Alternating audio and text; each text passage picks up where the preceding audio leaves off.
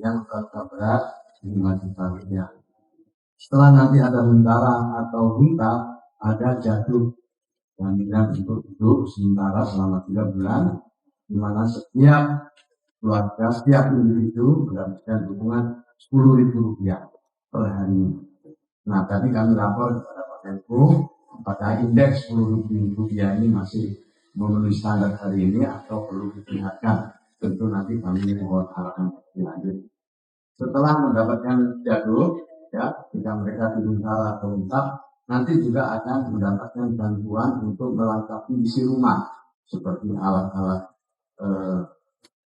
dapur maupun juga untuk mungkin kursi, meja dan lain sebagainya sebesar Rp3 juta.